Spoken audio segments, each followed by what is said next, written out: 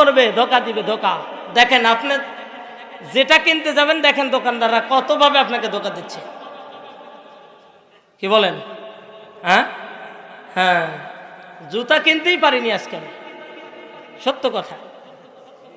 আমি জানি তো এই জিনিসটা মূল্য কত হবে। একটু ফুলফুলায় ঘর দরজা তুলে ওর ভিতর থেকে কত টাকা দাম চাচ্ছে, আর বলতেছে হুজুর আপনাকে ঠকানো যাবে। যারা বেশি বেশি হঠাৎ মানে ঘন ঘন কসম কাটবে, বুঝলেন, বলবে যে সত্যি, এই সত্যি বলতেছি ভাই, অথবা আল্লাহর কসম, আল্লাহর কসম, এই লোকটাই মিথ্যুক।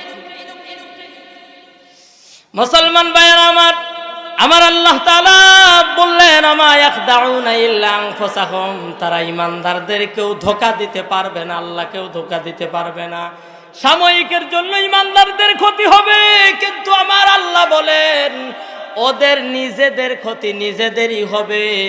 আল্লাহ বলেন ওয়ামা ইয়াশউরুন, তারা তাদের উপলব্ধি করার জ্ঞানটা পর্যন্ত হারিয়ে ফেলবে, উপলব্ধি করতে পারবে না। বুঝলেন, ওরা উপলব্ধি করার মতো জ্ঞান থাকবে না। শর্টকাট করে বলতেছি, লম্বা কথা। 3 নম্বর আয়াতে কারিমার ভিতর আল্লাহ বলেন ফি কুলুবিহিম মারাদুন ফাযাদাহুমুল্লাহু মারাদা। আমার আল্লাহ ডাক দিয়ে বলেন ফি কুলুবিহিম, তাদের কলবের মধ্যে মারাদ, রোগ আছে। কি আছে? রোগ। যাদের কলবের মধ্যে নেফাকি আছে, মুনাফিকের জার্ম আছে, এই মুনাফিকের রোগ যাদের মধ্যে আছে, আল্লাহ রাব্বুল আলামিন বলেন ফাযাদাহুমুল্লাহু মারাদা। আল্লাহ বলেন তোরা সত্যকে অস্বীকার করেছিস, আমার ইমানদার বান্দাদেরকে ধোঁকা দিয়েছিস। আল্লাহকে কেউ ধোঁকা দিতে পারবে না, কিন্তু ইমানদারদের ধোঁকা দিয়ে সাময়িকের জন্য কিছু ক্ষতি করবে। আমার আল্লাহ ডাক দেয়া কয় শোনো, এই কারণেই আমি আল্লাহ রাগ করে ওদের রোগকে আরো বাড়িয়ে দিব। সুবহানাল্লাহ বলেন। আল্লাহর বিচার আছে না নাই? একটু অপেক্ষা করেন, আমার আল্লাহ হলেন বিচারক।